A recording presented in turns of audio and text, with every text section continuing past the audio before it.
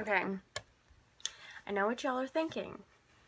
This chick masks herself every fucking day, right?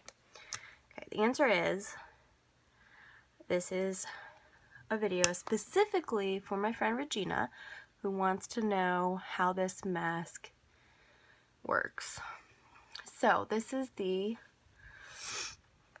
Pore Cleansing Cleanup. Pore Cleanup Mask by Elizabecca Milky Piggy. Okay. And this is the one that all the YouTubers are talking about from the Korean skincare line. And I really, really, really like the cleanser that they make. Same company. The bottle is gray. I've used up most of it. It's totally black. It is not gray at all. But the packaging is silver. So, tip for this, I've used this a couple of times now, because I've had this product for a while. Like, to be honest, it's been sitting here. I got it in one of my Mimi boxes before Mimi box even changed, because they have undergone new management, basically, where they offer more products and more American products, which is great for, I don't know for who. I mean, we already have Sephora and Ulta and Walmart and all those other places, so we really don't need any more American products. But basically, they offered more stuff on their store, and the one thing that they did do that I really like is there's more instructions that are actually in English. So on the previous edition of Mimi Box, before they revamped their whole app and their website and did all these changes, you basically had to go look up the translation to use any of their products.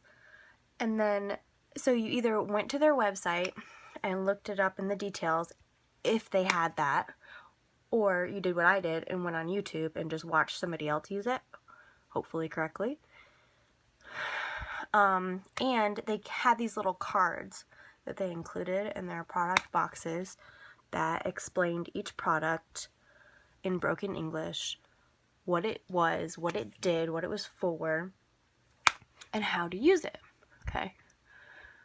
So I have like a bunch of these little cards sitting in my vanity drawer because, let's face it, the entire back of this is in Korean, and the entire back of all of the products, and the front and the sides and the whatever, was pretty much all in Korean, minus the title, which for some reason they like to put in English. I don't know if it's like a trendy thing to do or what exactly.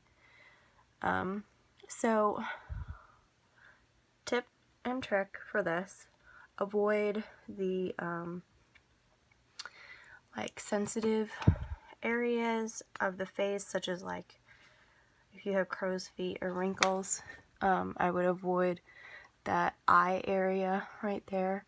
I don't have that quite yet. I'm getting there. I've always had bags under my eyes, and I've always been really puffy and dark circled. So I do actually really need to start using an eye cream nightly. And I have like 18 billion from Korea, so I have the ability to do all this crap. I just don't, because I'm lazy. But I have used this mask a couple of times, and what I will say is it is not as bad as YouTubers made it out to be, in my opinion. This is just my opinion. It does taste really bad.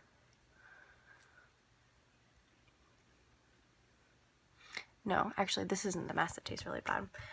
My friend makes a mask that I tried on a few days ago, and that one tasted terrible. Her toothpaste tastes fine, but her facial mask you probably shouldn't ingest, so it doesn't taste good. Anyway, this one was not at all like what I was expecting. Everybody was like, it's gonna rip your face off, and it really hurt. Like, I watched, there's this one YouTuber named Tati, forget her last name, but it's something with a W. And she tries out all these weird and wacky products. Well, this was one of the products that she tried out. And she also tried out a couple of the other products that I've demoed, like the Bubble Clay Mask, also by Elizabecca. And, anyway, she has tried out all these different products. And she had a time of it with this mask. So, basically, you leave this mask on it until it dries. And right now, I can move my face, I can talk, it's cool. In about like 10 minutes, my face will be completely dry, and it will be stuck. And I will be going like that. This one isn't as bad as the face mask that I tried on the other day that was homemade and natural. That one literally immobilized my face. I might as well have done Botox. This one is a little more movable. But it's definitely not breathable if you put on as much as I do. You can put on a really thin layer, but the point of this mask is to bring up everything from your pores and just get the junk out, and basically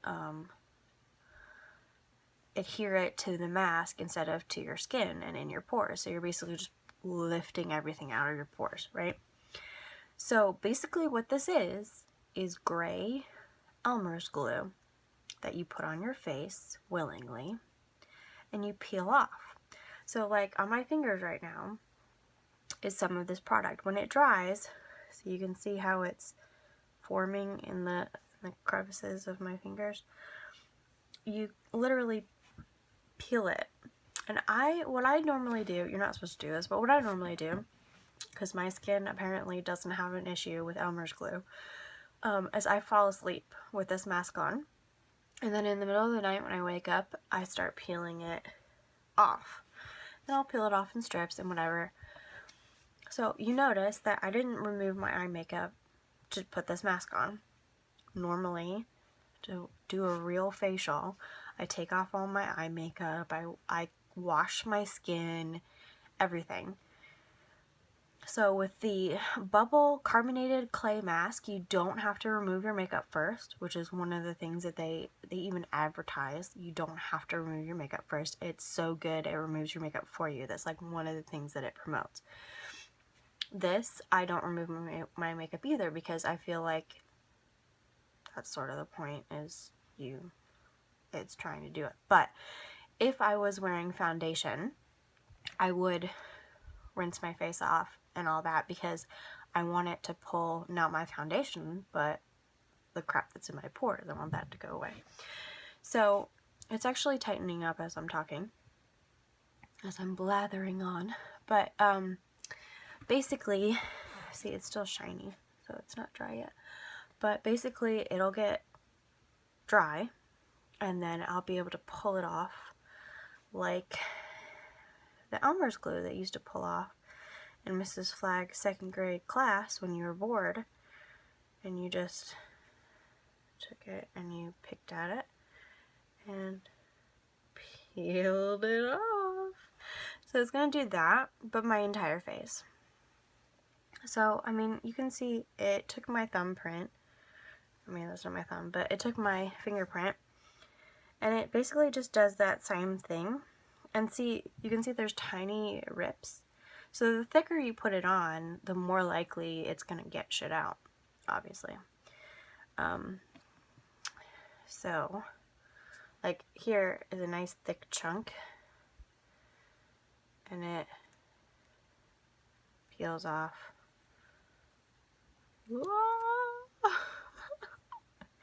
It's really fascinating to me to do this. I'm sorry. I'll stop.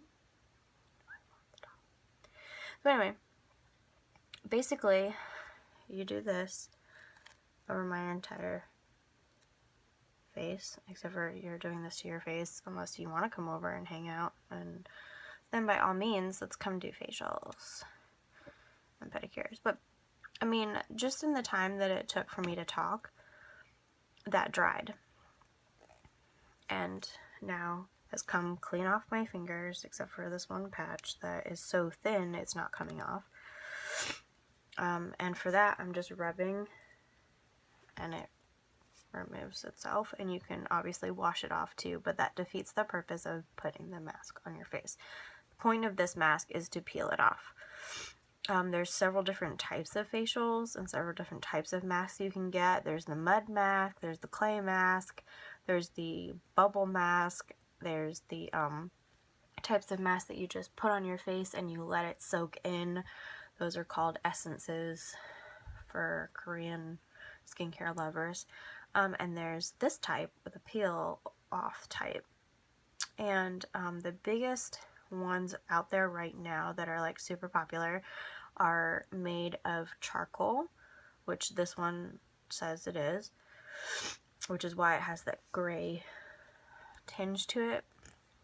And most of the charcoal masks are like pure black because they're activated charcoal. That's the main ingredient, along with some type of adhesive. Just stick it to your face and pull it off. And then the other one is gold. Gold is a big thing. They have a $5,000 gold face mask out there right now on the market. Tati did a review. She didn't think it was worth a splurge. I guess if I had the money to spend $5,000 on an at-home facial treatment, I might, but I don't, because I'm a single working mom, so I don't have all this spare cash that these crazy people have. Okay, so let's see. So it's still a little bit tacky, but oh, see right there? See that's all dry, okay? This still tacky. So you wait for the tackiness to dry.